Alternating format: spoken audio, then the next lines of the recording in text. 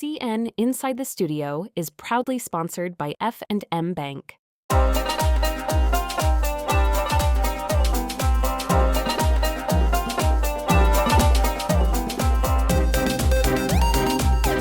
Welcome back to the show. Today we're spotlighting two voices in Detroit radio who are not only making waves on air, but also representing the Chaldean community in a powerful and authentic way. Lydia Jarjosa and Bianca Kajy built a dynamic presence behind the mic, blending humor, honesty, and culture in a way that's clearly resonating with listeners. We're excited to go beyond the article and get to know more about their journey, their chemistry, and what it means to them. Lydia, Bianca, welcome to CN Inside the Studio. Hi, welcome. Thank you for having us. Thank you so much. This is like an honor. It's so beautiful in here too as well. I love it. Thank you. Well, you guys are experts and you would know, right? This is a great studio. I love it. When we saw for the first time, we were in awe. Like we were like, wow, this is a beautiful studio. And the way your setup is like amazing how kind of the production side is like attached to it. We're like, wow, we wish we had this too, because in our studio, we're running back and forth across the hallway to get from Mojo studio to our producer studio. Yeah, edit suites back there too. So that's very great. Nice. Yeah. That's amazing. Well, let's start here. Since the article came out, you guys, what's been the most surprising reaction that you've had? Well, honestly, when I read it, I think you did, first of all, an amazing job kind of writing down our story and kind of taking what we said and actually translating it onto an article. I think it was so beautifully written.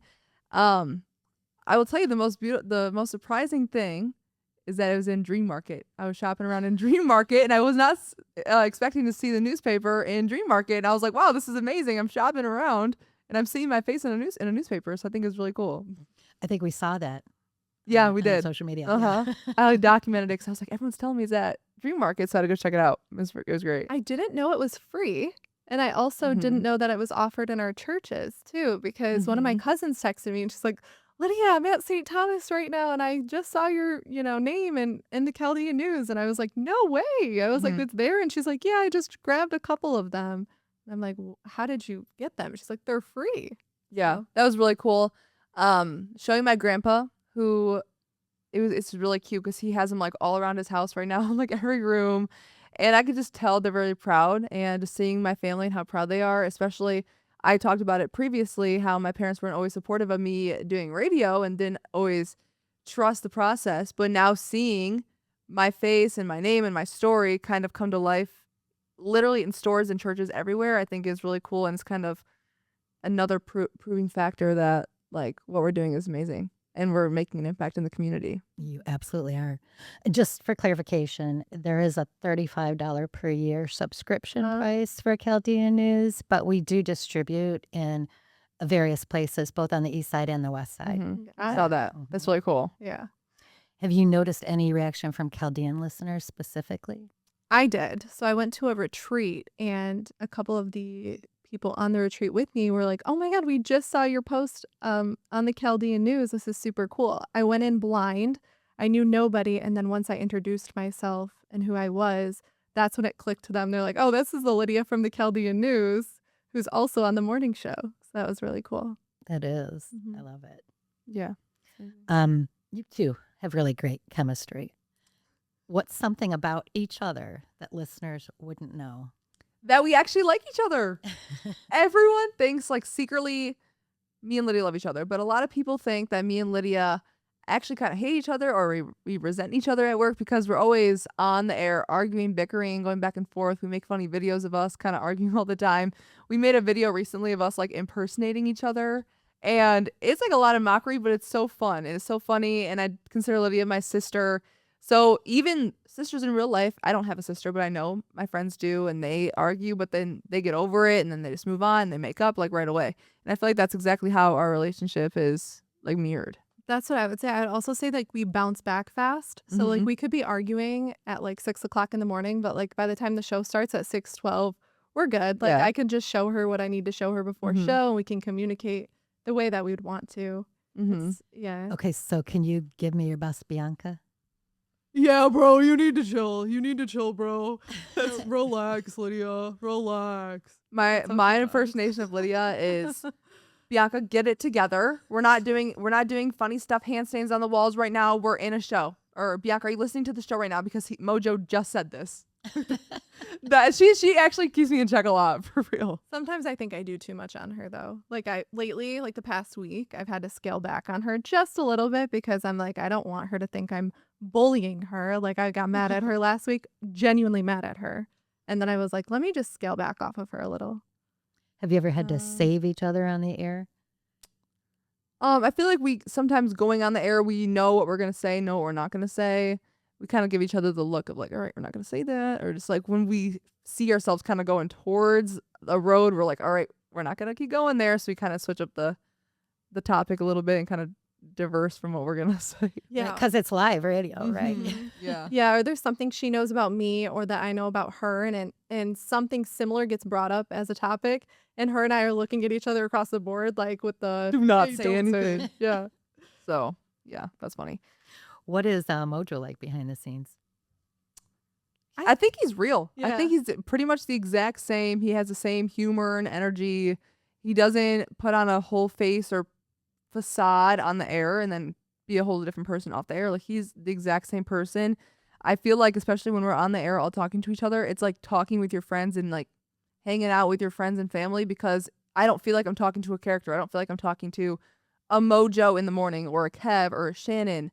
I feel like these are true people. Like they're not just playing characters that people might think. Like they're real people, and this is exactly how their lives are. Yeah, what you see is what you get. And a lot of the things that he talks about actually resonate with him in his personal life. Like there are people that think that certain things he just says to say. And I'm like, no, he means what he's saying. And this actually happened in his life. And I think that's what makes him so relatable and why he's been so successful in what he does. Yeah, it's good to know. Bianca, when we spoke earlier and you talked about the Father's Day segment, that was really personal. Did that change how comfortable you are being vulnerable on air? I would definitely say so. I feel like that was the first time I ever cried or got really emotional on the air. So being at that deep of a level to people that I'm not really familiar with, especially bringing in family stuff, is not just my personal emotions or thing that's going on in my life. Like this also has to do with my dad and then how my parents raised me and then my parents' relationships with me. So that all kind of comes with it.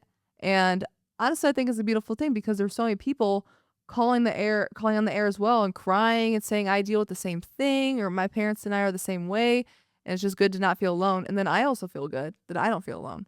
So that's why I think that opening like my life to the world like that, especially being someone newer on the show and having that great feedback and that appreciation, kind of inspired me and made me feel more comfortable saying more personal things on the radio. But I think it was a great thing to do. I loved it. I think it allowed me and my family to get closer too, because they hear the topic and they're like, okay, we got to make some changes in the house, or I think we got to continue doing this as a family. So I think it was great. Lydia, how do you decide what parts of your life to share online? I share pretty much On air. everything. So anyone that I come in contact with, like even my family, if there's something that happens around us, I'm going to say, hey, I'm going to talk about this on the air. And that's just what it is. Now I've had family members say, I would appreciate it if you didn't. And there was a time where Mojo brought something up that he knew about an event that took place that surrounded my family. And I had already known I didn't want to talk about it, but we had danced around it a little bit and it caused a huge fire in my family. Like it's still going on to this day and it's been 2 years. So there's times like that when you're like, oh, this happened and I can't control it. And it's not something that I meant to I didn't mean to hurt anybody with it, but it just happens. So sometimes things fall through the cracks from my family. And sometimes I'm just like, I'm talking about this. It is what it is. That's happened to me a couple times too. Even like last week, I was about to bring up a topic and my friends got really upset and they're like, we asked you not to do this. And I just totally forgot. But there are certain times where I bring up things and my friends or family are like, why would you bring that up? Or why would you talk about that? Or you kind of violated my privacy. So I feel like that sometimes does happen with radio, and I feel like it's an honest mistake. And we don't always intentionally try to do that or intentionally try to hurt someone's feelings. But it is kind of the business. I don't want to say it like that, but I don't know. Like so we just make mistakes. And like we don't ever do anything to intentionally hurt anybody. Exactly. You're just sharing personal stories Yeah. of your own. What's something that people think is really easy, but is actually very challenging? I feel like when people think we're on the radio, they say, okay, all you do is talk all day. That must be so easy. But sometimes if you need to carry a conversation or even coming up with great topics and great stories to talk about, it does take time. Every morning, Lydia is making a schedule for the show per day. And it's not always easy trying to schedule what topics we're going to talk about, what time, what order. Like that all goes into her. It's a big process. Yeah, I think that they think like the production of the show comes easy. Like they're like, okay, Lydia just looks through their diaries, she pulls out what she wants, and then you guys just talk about it. But it takes like, you have to pay attention to the times things are talked about. You have to pay attention to if we've repeated this topic before. And then you have to make sure that everyone's on board with what we're talking about. That goes back to what I just said previously. So it does take a lot of work to put those things together. And then there's other things like our War of the Roses, our second date update. Like things take time and there's a lot of legal work and heavy things that we have to do and bear with. And I don't think that it's as easy as it seems at all. No, even just talking and finding something to Mhm. talk about is not easy. Yeah. Like especially getting like good callers and people that are allowed to go on the radio and that are not going to say inappropriate things, like that all goes through Lydia, and she's to screen all that real time, be quick with it really fast before it even hits Mojo. She's giving me my props, but she's not wrong. Like that takes a lot of work. You ever had to cut somebody off on the radio? I imagine that's happened. Mojo's had to do it for me because Okay. once he picks up a call that I've already screened, then he's the one that has to be like, okay, I want to continue with this call or I can hang up on you. There's been times though where I've gotten on the air when he's taking a call that I want him to cut off and I'm like, hang up on them. So I technically have that power, but not fully. There'll be sometimes too where Mojo will pick up a blind caller and Lydia doesn't get the chance to screen him yet, and she's like, all right, this is why you don't do that. This is why you let me screen him 1st. Yeah. Have you ever had to go on air on a really tough day? Like, how do you power through that? Oh Mm-hmm. my gosh. I had one of those days just like a month or two ago. Mm-hmm. I think it might have been one of the close to the time where we did our interview with you. Lydia, you could just talk about that. Yeah, so I was going through a really difficult time with a guy I was dating just about 2 months ago, and I was crying the entire show. And plus, on top of that, I was taking listener calls for War of the Roses, and Mojo was like, I don't like these calls. So it was a really hard day for me. Granted, he didn't even know what I was going through at that time because we're in a completely separate studio. But Bianca and I share a studio, so she was able to see that I was like in tears, like to the point where I was laying my head down on the desk and I was like, I can't do this. Like, it's so hard going through a breakup and also feeling like you're not good enough at something that you're doing when in reality, that's not really what was happening. But it just feels like when it rains, it pours situation. And so I'm answering phone calls of listeners and I'm bawling my eyes out at the same time. And I'm like, I don't know like how some people can do it. And I'm like, well, this isn't my first rodeo, but I think going through a breakup has to be the hardest thing to do when you're on a radio show. Because you got to act like everything's great. Like you do have to like put on a show, and sometimes your emotions do come through when allowed, but sometimes you just have to pull it together. I feel like that's with any job or anything you do, especially in show business. Like the show goes on and you have to just be happy for the moment where you need to be. And yeah, I think that's very important in our job. I think we both do a great job at that.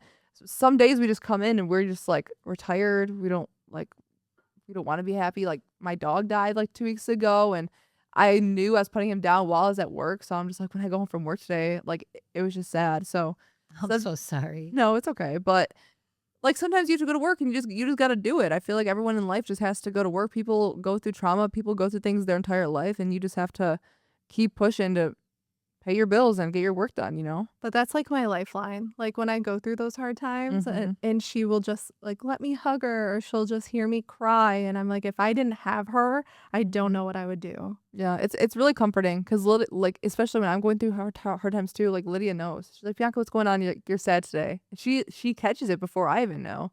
I'm like, actually, you're right. I am kind of sad today, but we're always there for each other. We always bring each other coffee and food in the morning. We always like lift each other up in small ways like that. But it's really good having someone that you can, especially when we go on commercial breaks or off the air, we can just kind of talk it out. Sometimes you can't really do that in the big studio because cameras are on you at all times. So I think that's what I like most about being in the producer studio, where sometimes you can just have those intimate and like deep conversations between a show and get the feelings out while you gotta put on a show, you know. No lip readers in our studio. That's for sure. We don't have anyone lip reading us. That's great. Yeah, 'cause sometimes on the cameras, like people will comment on the live stream and say, "What's Mojo eating?" or "What are they talking about right now?" Like something serious is going on. But they don't see us though, unless we want them to be, because I'm in control of the cameras, so I get to see everything. You're in control of so Lydia, you're in control of the calls, and Bianca, you're in control of the cameras. Yes, and all the social media. Yeah. What does it mean to you guys to be together in this role as Chaldean women on air? Oh my gosh, it means so much. And at first it didn't mean a lot to me because I was like, this is going to be weird. As we talked about in the article, I thought it was going to be weird. And then it ended up being like the biggest blessing ever because this one right here, like I said, my lifeline. And she's so smart. Even though we're 5 years apart, I learned so much from her. And I never thought that that would be the case when she was first hired. I was like, okay, I feel like I'm going to be babysitting. I also feel like she's a recent college grad. Like, I'm going to have to teach her the ropes. She's excellent. Sometimes she does have to babysit, but she pulls me together, so it's okay. But I think it's really cool. A really great experience, especially knowing that the Mojo in the Morning show has really deep ties with the cultural and the Chaldean community. I think is really awesome. And also, I feel like growing up, going to school and college, there was really no like Chaldean representation. I feel like I was the only like Chaldean person. I would come to school with like dolma and people would make fun of me at school. And I was like, oh, this is weird. I feel out of place. No one really in any like, college orgs I was in was Chaldean. So coming to my first job out of college where Chaldean culture is appreciated and celebrated, like us doing a whole event with our work and my like culture, my family, I think is the coolest thing ever. And I feel like you don't get that at many jobs. I feel like that's not always valued or showed at many workplaces. So being in a place where people love the Chaldeans, people celebrate Chaldeans, I think is so fun. And working with Chaldeans is so fun because we get to do like bagia random places, or we'll go on air. It's like This so is fun. the babysitting part that I'm I'm just- talking Well, about. I think it's so fun. Or she'll bring dolma for so me at cool. work. Like it's so nice. I was going to ask if culture comes up naturally when you're working or if you introduce it. Oh, yeah. Yeah, even today I was doing a segment on the radio, and me and Lydia were teaching Kevin Chaldean on the air. So it's just like fun little things like that. I know Lydia's mom always makes dolma. When my Jiddu makes dolma, we always give it to Mojo. We're like, which dolma tastes better? Like it's just like fun little things like that. It's never forced. Mojo loves the Chaldeans too. He's always talking about it too on the air. So it's just fun when we can like pitch in and like give some insight and lessons to the Chaldean community. Lydia, you talked about faith being part of your legacy. How does that show up in your career? So as I was growing up, I didn't really think that I was meant to be something this important. And when I say that, I just didn't know what God had in store for me. And nor did I really believe in God when I was in high school. And then I went through a really hard breakup. Of course, that's all. And I turned to God for the first time ever. I mean, my mom raised me Catholic, but we didn't really go to church that much. And then once I started like praying to God and asking God for things, like life revealed itself to me through God in the most craziest way ever. And how it's made me who I am today in a sense, or as example, is that I really wanted the producer position, and I felt like I was in the wrong place at the wrong time, when in reality, as I was praying for it one day, this prayer candle that I had lit had the Mojo in the Morning sticker behind it. I just had happened to set it on the side, and it fell to the front and dropped on the floor as I was praying with my prayer candle. And I was like, oh my God. I was like, God is literally listening to me. And I felt that was like the first time ever that I was like, he's hearing me for real. So now to this day, that's not the only reason I believe in God, but I'm like, he's gotten me where I am now. So. Yeah, it's easy to see signs when you're open for them, right? Yes, and we're supposed to walk by faith, not by sight. But in that case, I think I really needed it. Bianca, you said you wanted to be remembered for bringing joy. Mm-hmm. What does that mean to you long term? I think whenever I encounter someone or meet someone for the first time, the first thing they kind of say about me is, oh my gosh, she's so fun, or you're just so cool, like you're so outgoing, like you're so talkative. And I think a lot of people don't really have that skill anymore. A lot of people are really nervous or they get scared to talk to people. I feel like that's something I really bring to the table. And also my fun, high energy. I'm always trying to make people feel included. And I feel like that results in people being happy and people feeling like they belong somewhere. And I always want people to feel that way. And regardless of what background you come from, what walks of life you go in, I feel like if you hear a story from me or you get to hang out with me, regardless of where that what that is and what capacity, you have fun and you leave with a smile on your face and you're like, oh my gosh, I want that feeling again. I feel like my whole life I was born to be an entertainer. Whatever that is, I still feel like I have more entertainment in me to bring to the world. But I feel like everyone has like a calling in life. And I feel like God put that inside me. I always hear that God puts a feeling in your heart or a mission in your heart for a reason and to deliver on that. And I feel like God definitely gave me this gift of being able to do that for people. And I love it. And even before I was getting this job too, like Lydia, I didn't even know that she was like praying for this role. And because I was doing the same thing, I was always just like, God, please show me the right way. I didn't know what I was doing. And I think he led me here. And that was great. So 10 years from now, you guys are both young women. 10 years from now, what does success look like for each one of you? Honestly, I put it all in God's hands. I feel like he has a plan for me. Sometimes I don't really know what I'm doing. I take it a day at a time. I just trust in him, honestly. I think he knows what I want to do. I want still be in the entertainment industry. Obviously, I feel like that's where I belong for the rest of my life. I don't know where that'll be. If that's like singing, acting, still in radio, hosting events. I would love to do that. Just keep growing, getting bigger, getting my name out there, delivering on my gift. Keep doing that, whatever capacity that is. I'd still love to be in entertainment too, but when you said the word success, that gives me an idea of what I want in my personal life too.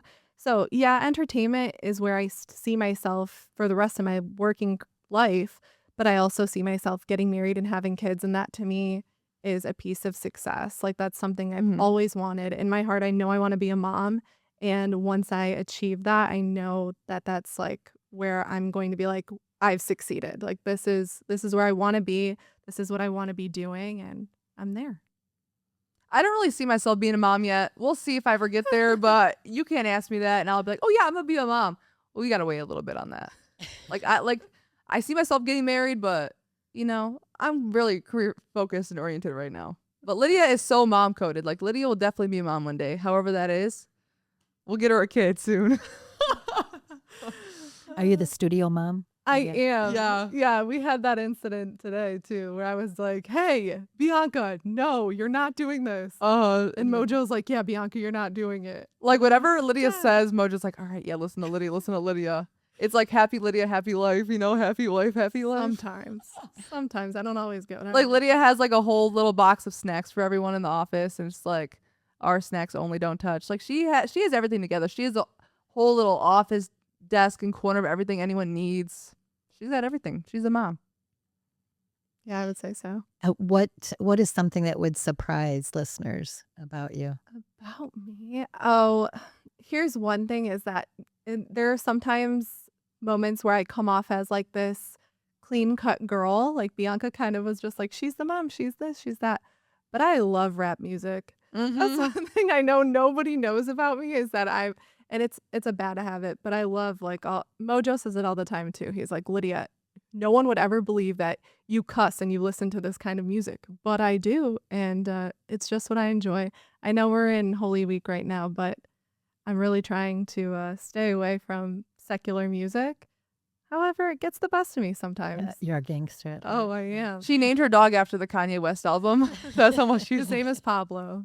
The Life of Pablo is the Kanye West album. That's how into it I am. Yeah, I would never expect that from Lydia either. Because I'm like, oh, Lydia, you like country? I like country music. She's like, no. But I am a country girly. What would surprise listeners about you, Bianca? Oh, gosh. I don't know. I feel like I'm very open about everything. I don't know. Sometimes, I don't know. What would surprise you? I feel like I just act this way all the time. Yeah, that's just you. Yeah, I'm never. I don't even like hide anything. Yeah. I do. I mean, shoot. If you want to go the music route, I like to put on cowboy boots and a cowboy hat and go sit in the dirt sometimes. I would say Bianca does have a little bit of sensitivity to her, but in a good way. Like you could get this girl to come to tears of joy if you told her some really good news. But I think that you don't really show that on the surface. You No. more she shows like the Energizer Bunny side of her. Yeah, I'm like Energizer Bunny, like, oh, let's do this. Like, shoot, like last night I was crying in my room because I was like, shoot, I was like, I wish I was more close with my family. I feel like me and my family were very close right now. But I'm not really close with like my extended family, like my cousins and my aunts and uncles. And I wish we were more close like that. I feel like me and my grandpa are really close, but like I always value family. I talk about how much I love my family on the radio, which I do, and they're like my everything. But there's extended family I don't ever see, and in the Chaldean culture and community, the Chaldean, your whole family, like you're hanging out with them all the time. I feel like, but that's just not really me and my family. But I'm trying to work on that, and make that better. But yeah, You said that you'd be singing or acting, so you do sing? yeah, I like to sing. I wrote the song about my dad last year. I'm still writing music and singing and hitting the studio and like just doing things for fun. I honestly do it just because it's like a passion. It's like a fun hobby for me, and I think it's cool to branch open in a creative space. I just met some other friends that like to do the same thing, so we just like kind of write about my feelings and stuff. When I'm sad or I'm angry about things, I write all in my notes, and then it becomes a song, which is like really weird. Like I write poetically when I'm like upset, and I've always just like written in a journal. I've been writing songs since I was like 6 or 7 years old, and I've never done anything with them. Like I have a whole drawer in my house with like all these papers of songs I've written, and I recently just got back into it. So I think it's just like a fun thing I do. I plan on releasing more music just for fun. If that ever took me to a cool direction where I become in that space too as a professional singer, that's great. But I love doing it just for fun. Like I would love to perform at like a little bar, or a little venue, just to entertain people again. Putting a Open smile on their mic. face. Yeah. Open mic. She's Yeah. so good. I love karaoke too. It's so fun. That's like my favorite thing ever. I love a good karaoke night. That's something people might not have known about you. Yeah, I guess I like to sing on the air too. I'll be singing and Mojo's like, please stop, please stop. But no, it's really fun. What would you guys like listeners to know about you? Individually or collectively? Either one. Well, let's do individually. Okay. Maybe we can just bounce on this together. But I think the fact that me and Lydia are very personal people, and like they can ask us to hang out whenever.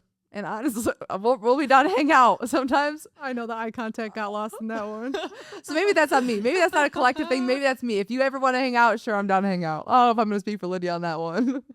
No, I'm pretty open. I do talk to listeners, and I don't think a lot of them know how accessible we really are. Like as Bianca had said, we are human, but yeah, there are times where I've had listeners call me. Like they'll be out at the bar and they'll drunk call me, or I've had listeners say, "Hey Lydia, like I need $5. Can you spare me?" And I'm like, "Here's the Apple Cash, like, $5. It's $5.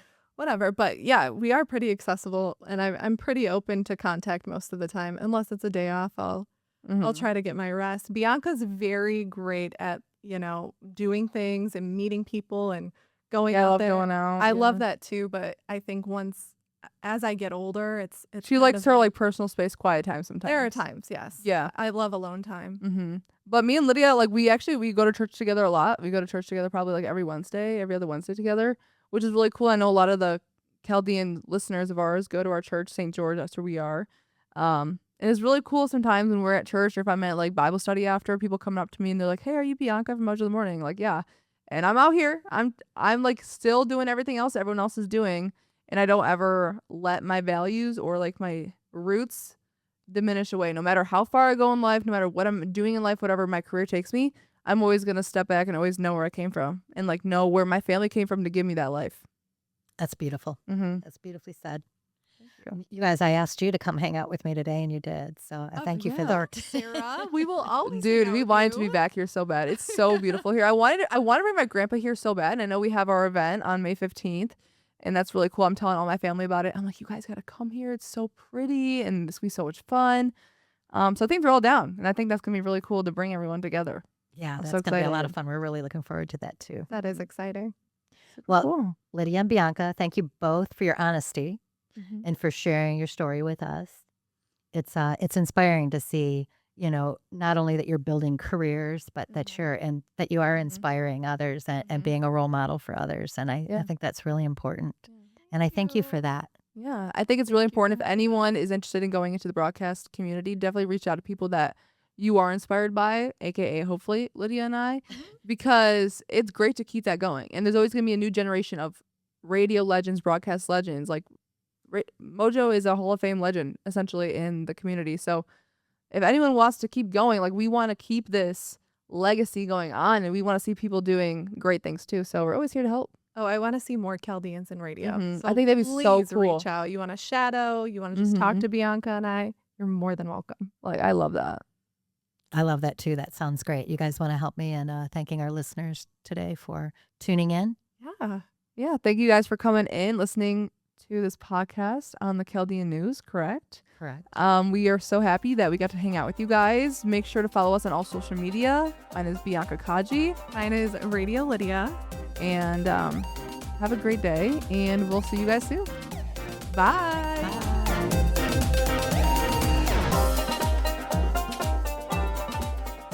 CN Inside the Studio is proudly sponsored by F&M Bank.